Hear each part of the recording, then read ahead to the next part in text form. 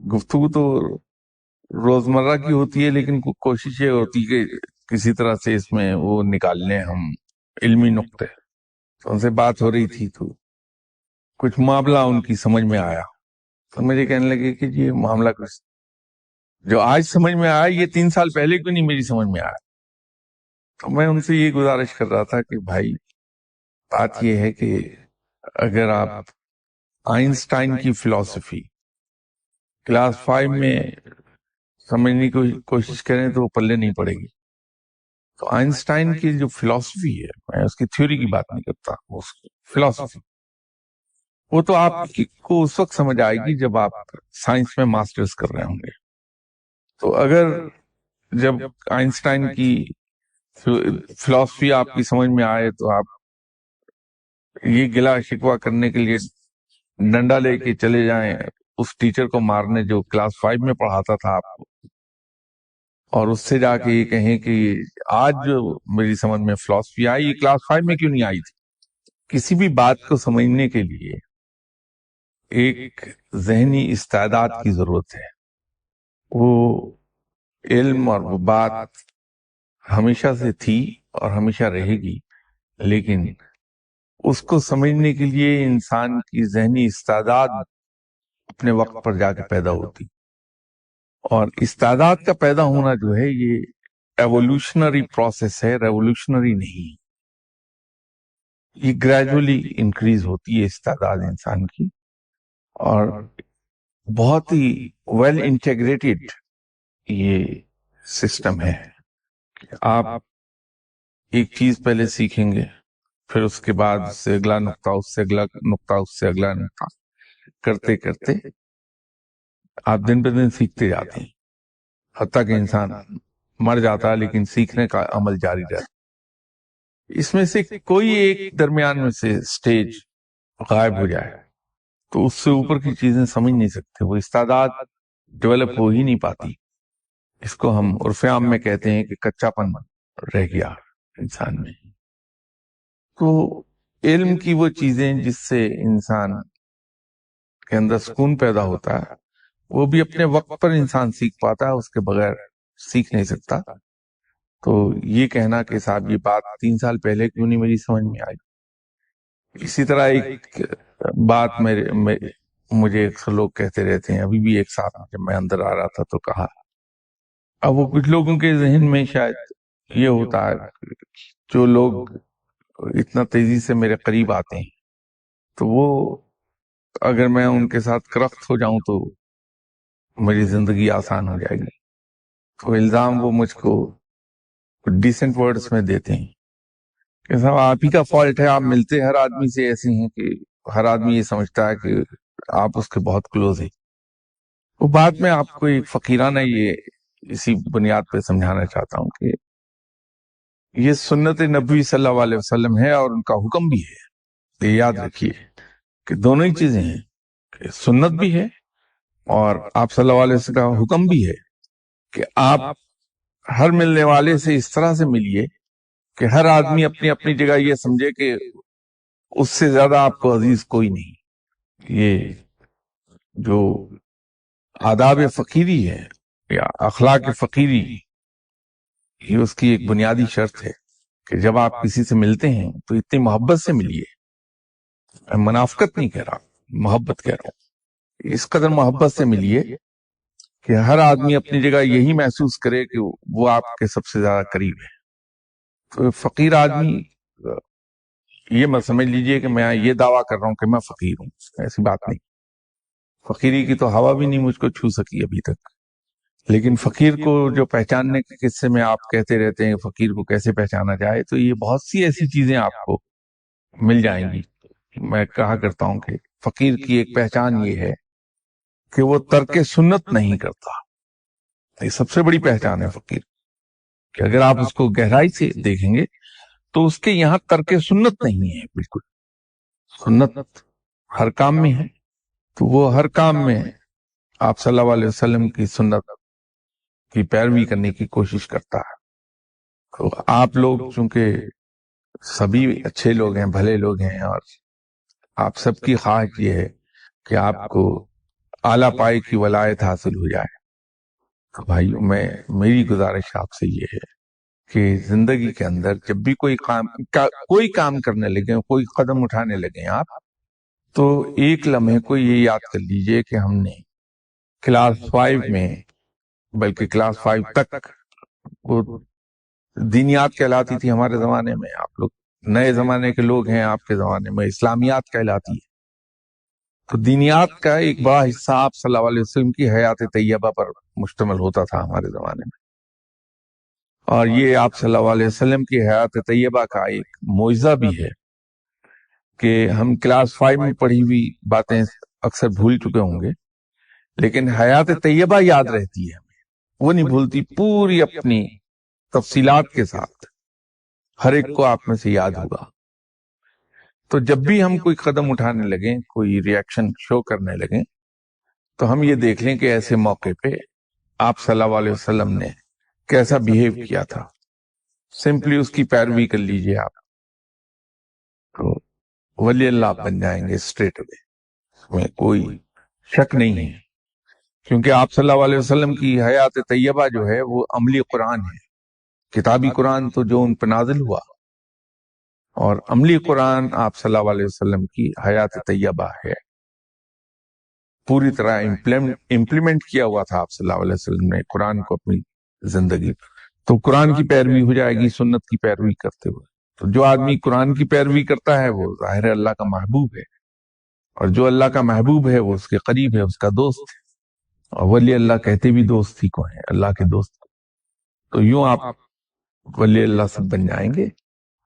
تو اپنی روزمرہ کی نشست و برخاست میں، اپنی روزمرہ کی ڈیلنگز میں، سب میں ہمیں یہ چاہیے کہ ہم ذرا سی نظر دوڑا لیں کہ ایسے موقع پہ آپ صلی اللہ علیہ وسلم نے کیا عمل فرمایا تھا، اس کی پیروی کر لیجیے۔ قصہ ختم ہو گیا۔ اس کے بعد نہ کسی تفسیر کے پڑھنے کی ضرورت رہی، نہ کسی فقہ کے پڑھنے کی ضرورت رہتی ہے انسان کو، وہ آٹومیٹیکلی اس اسلام پہ عمل کرنے لگتا ہے جو اللہ نے اتارا تھا۔ میرے تو یہ 2-3 آبزرویشنز تھیں جو میں آپ کی گوش گزار کرنا چاہ رہا تھا۔ اب آپ کے ذہن میں اگر سوال ہے کسی کے تو فرمائیے۔ سر، یہ پچھلے سنڈے کو آپ نے ایک بزرگ کا ذکر کیا تھا، میرے ذہن سے ان کا نام نکل گیا، ان کی مزار آپ نے بتایا تھا ناگپور میں ہے۔ ان کے بارے میں آپ نے ایک جملہ کہا تھا کہ ان کا حکم آج بھی دنیا میں جاری و ساری ہے، اس کا کیا مطلب ہے؟ میں بابا سید تاج الدین اولیاء کا ذکر کر رہا تھا، ان کا مزار ناگپور میں ہے۔ یہ ایسے بزرگ گزرے، ان کو اللہ تعالیٰ نے ایک خاص انفرادیت بخشی کہ یہ بیک وقت مجذوب بھی تھے اور سالک بھی تھے۔ بڑی شدت کا جذب ان پہ طاری ہو جاتا تھا، اور سالک بھی تھے، یہ ہوش و حواس میں بھی رہتے تھے۔ تو یہ دونوں ہی کیفیتیں ان پہ رہتی تھیں، اور یہ صاحب امر تھے۔ اولیاء اکرام جو دنیا میں موجود ہوتے ہیں، جب وہ ایک مخصوص مقام پر فائز ہوتے ہیں اور صاحب امر ہوتے ہیں، تو جو زبان سے ادا کرتے ہیں وہ ہو جاتا ہے۔ صاحب امر کہتے ہی اس کو ہیں کہ پروردگار اپنی رحمت کا صدقے اگر کسی شخص کو دعا کا وہ مقام عطا فرما دے کہ جہاں اس کی زبان سے نکلی ہوئی ہر بات دعا ہے اور وہ مستجاب ہے، تو وہ صاحب امر کہلاتا۔ لیکن یہ کیفیت ان کے دنیاوی طور پہ پردہ کر لینے کے بعد قائم نہیں رہتی۔ ان کی جگہ جو آدمی آ کے بیٹھے گا وہ ان تک ٹرانسفر ہو جاتی ہے، اگر وہ اس کا اہل ہے تو۔ لیکن کچھ بزرگان دین کو اللہ تعالیٰ نے یہ خاص ان پر رحمت کی کہ ان کو یہ چیز عطا فرما دی، ان کو اجازت فرما دی کہ مرنے کے بعد بھی جو کچھ وہ زبان سے ان کی روح جو کچھ کہہ دے وہ ویسے ہی ہو جاتا ہے، ان کی روح بھی صاحب امر رہتی ہے۔